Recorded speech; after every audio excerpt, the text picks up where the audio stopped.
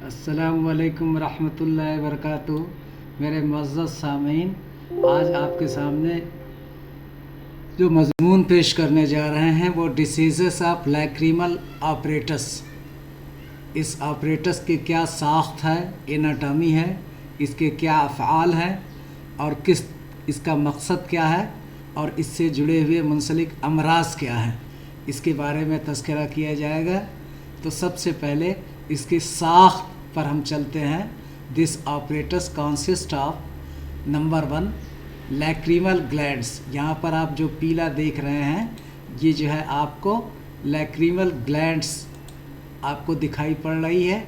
This is the lacrimal glands. Second is the lacrimal ducts. ये जो पूरा निकल करके ये सूट पूरा है लैक्रीमल डक्ट्स है। फिर उसके बाद तीसरा लैक्रीमल पंक्टा। ये जो जहाँ पर ये आती है यहाँ पर बारीक सुराख होता है, जहाँ पहले जो आंसू बनता है यहाँ से धीरे धीरे पूरे जो है इसके सरफेस पर बिखर जाता है। तो यहाँ फिर उसके बाद कैनिकुलाई, ये छोटे से जो है डक्ट्स है जिसको हम सुपीरियर लैक्रीमल कैनिकुलाई और इन्फीरियर लैक्रीमल कैनिकुलाई के नाम से जानते हैं। और फिर उसके बाद ये लैक्रीमल सैक है और फिर ये नैसो लैक्रीमल डक्ट है जिससे इस ग्लैंड्स का ताल्लुक नाक से भी बनता है।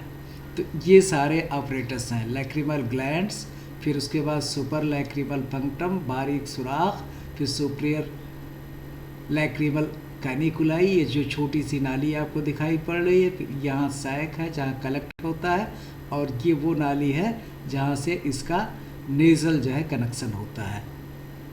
अब इसके क्या अफ़ाल कुदरत ने जो है तयन कर रखे हैं। ये ग्लैंड्स आंसू बनाती हैं जो है। लैक्रीमल डक्ट्स क्या आँख की सतह तक आंसू को पहुंचाती है। इसका मकसद क्या है, इसको नम रखना, सूखने से बचाना और बैरूनी अज़्ज़ा धूल मिट्टी गर्द गुब्बार, जैसा कि हम जानते हैं कि हमारा माहौल काफ़ी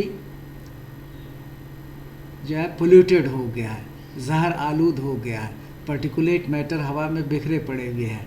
ये सारा का सारा जो है अगर किसी भी तरीक़े से उसका एक जर्रात भी आँख के अंदर चला जाता है तो आँख में चुभन होती है, दर्द होता है, ज़ख्म कभी कभी पैदा हो जाता है, सुर्खी पैदा हो जाती है।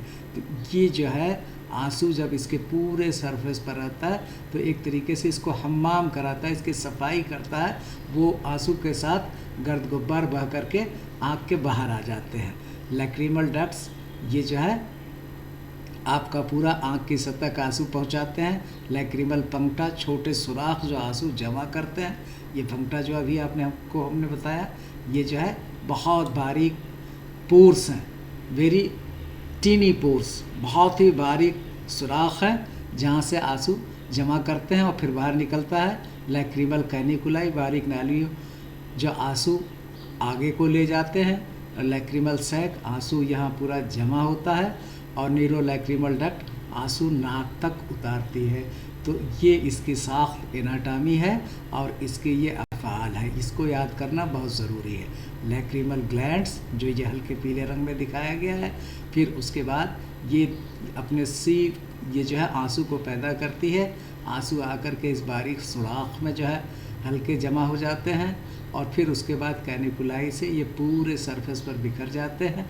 मज़ीद जो है यहाँ पर आंसू जमा कर लिया जाता है और इसका ताल्लुक़ नाक से भी होता है। अगर हम नाक में दवा डालते हैं तो उसका हल्का असर आँख में पड़ता है और आँख में दवा डालते हैं तो उसका असर आपको नाक तक महसूस होता है। ये इसी नाली के राब्ता के वजह से होता है जो कि इस लैक्रीमल ग्लैंड्स जो आँख के ऊपरी हिस्से पर वाक़ है और नाक से इस नैसो लैक्रीमल डक्ट के ज़रिए राब्ता कायम होता है। इसलिए एक पर अगर कोई दिक्कत आती है तो दूसरे पर आती है और दूसरे पर आती है तो पहले पर आती है। तो इस तरीक़े से इसके ये अफ़आल है। अब आइए इनसे अमल क्या है। Lacrimal apparatus produces and spread and drains and disposes of tears to keep the eye lubricated. इसको नम बनाए रखने के लिए इसको लुब्रिकेशन प्रोवाइड करने के लिए ये आँखों या ऑपरेटस आंसू बनाता भी है, इसकी तख्लीक भी होती है, इसको फैलाता भी है, इसको एक मकाम से दूसरे जगह मकाम पर डिस्पर्स करता है ड्रेनेज के ज़रिए, और डिस्पोजेस ऑफ टीयर्स, और आंसू जो है बिखर जाते हैं जिससे आँख नम बनी रहती है। कहते हैं कि आँख सूख गई, तो सूखना भी एक बीमारी है, और जब ज़रूरत से ज़्यादा आंसू निकलने लगे तो वही बीमारी है। तो इसी चीज़ को यहाँ पर दिखाया गया है। अब इसके डिसीजेज जो है 6 डिसीजेज आपके सिलेबस में दिए हैं गए हैं। डायक्रायो एडिनाइटिस, ये इन्फ्लेमेशन ऑफ ग्लैंड्स इटसेल्फ, जो लैक्रीमल ग्लैंड्स है, TIS हम हमेशा कहते हैं। जहाँ वर्ड ये आता है एज ए सफिक्स, किसी भी लफ्ज़ के बाद में TIS आता है तो उसके मुराद होता है उस मकाम का सूजन। ये चूँकि लैक्रीनल ग्लैंड्स में हो रहा है तो ये लैक्रीनल ग्लैंड्स का इन्फ्लेमेशन है या सूजन है। इसको डायक्रायो एडिनाइटिस के नाम से जानते हैं।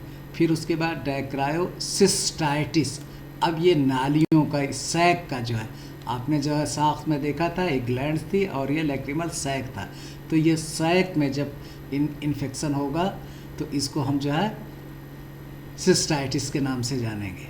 यहाँ एडिनाइटिस है, यहाँ सिस्टाइटिस है। फिर उसके बाद naso lacrimal duct obstruction, blockage causing the tearing, इसमें जो है इंसदाद हो जाएगा, रुकावट पैदा हो जाएगी इस पूरी जो है डक्ट में, तो इसको हम नेज़ो लैक्रीमल डक्ट ऑब्स्ट्रक्शन के नाम से जानते हैं। ड्राई आई, जैसा कि हमने बताया, आँख शुष्क हो जाती है, तो इनसफिशेंट टीयर प्रोडक्शन, जब आँख में आंसू ज़रूरत से मकदार से कम पैदा होता है। नेक्स्ट है इपीफोरिया, ओवरफ्लोइंग ऑफ टीयर, ज़रूरत से ज़्यादा मकदार में आंसू पैदा हो रहे हैं और पूरा जो है फैल रहे हैं, आँख से आंसू निकलता चला जा रहा है। और छठा मर्ज है कैनालिकुलाइटिस, इन्फेक्शन ऑफ लैक्रीमल कैनिकुला, कैनालिकुलाई, जो आपने ये कैनाल देखा, इसका जो है ताबिया है। अब उसके बाद एक एक करके मज़ीद पढ़ते हैं। पहले इल्तिहाब गुद्दाए दमाई, इसकी जो है डायक्रो एडिनाइटिस, इसमें क्या बताया गया, लैक्रीमल ग्लैंड्स का सूजन है। इसके असबाब क्या हैं, viral mumps EBV, Ebola virus है, बैक्टीरिया में staphylococcus, streptococcus, auto immune syndrome भी, अलामात swelling in outer upper lids, आँख की पलक पर सूजन हो जाती है, दर्द, सूजन, आँख खाने में मुश्किल होती है, आँख खुलने में मुश्किल होती है, आँख से पानी बहता है। इलाज क्या है, viral antiviral drugs, antibacterial drugs और ऑटो इम्यून स्टेरॉइड्स का इस्तेमाल करना चाहिए। नेक्स्ट आपको है डायक्रोसिस्टाइटिस, जैसा कि हमने बताया, इन्फेक्शन और इन्फ्लेमेशन ऑफ लैक्रीमल सैक्स। अब इसमें भी जो है क्या है, स्टेफिलस ऑरियस और स्ट्रेप्टोकाकस स्पीसीज से होता है। Pain and swelling at medial canthus, आँख के अंदरूनी कोने पर तेज़ दर्द होता है, पस डिस्चार्ज होता है, दबाने पर पीप निकलता है। अब इसका इलाज क्या है, warm compress, antibiotic, chronic cases में DCR एंड सर्जरी। तीसरे मर्ज की तरफ चलते हैं, सलात गुदाए दमई, सलात जो है कैंसर, ये जो है बिनाइन भी हो सकता है और ये मैग्लिनेंट भी हो सकता है। यही चीज़ यहाँ पर दिखाई गई है कि बिनाइन और मैग्लिनेंट। कार्सिनोमा, स्लो पेनलेस स्वेलिंग, अगर बिनाइन है तो आहिस्ता इसका अफसास होता है, बढ़ोतरी होती है, इसमें दर्द कम होता है और वरम भी कम होता है। और जबकि इस मैग्लिनेंट में तेज़ दर्द होगा, तेज़ी से बढ़ेगी। प्रोप्राइटिस मैग्लिनेंट ऊपरी बैरूनी हिस्से में गिल्टी या उभार देखने को मिलेगा आपको। चौथा है फेस्चुला लैक्रिमैलिस, ये नासूर बन जाता है, नाली में नासूर बन जाता है। पहले हम वजाहत कर चुके हैं कि नासूर क्या होता है और मजरा क्या होता है, दोनों में फ़र्क आप वीडियो देख सकते हैं।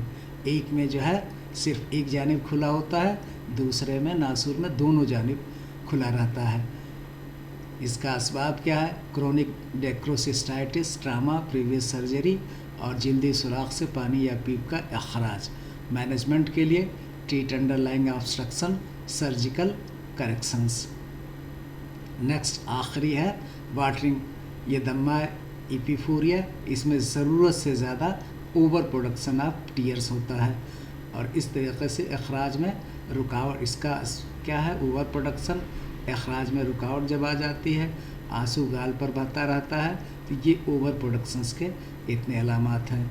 फ़ी अमानिल्लाह, शुक्रिया, शेयर कीजिए, सब्सक्राइब कीजिए और अपनी तालीम को अल्लाह रब्बुल इज़्ज़त के रज़ा के लिए, अल्लाह की मखलूक की खिदमत के जज्बे से हासिल करें।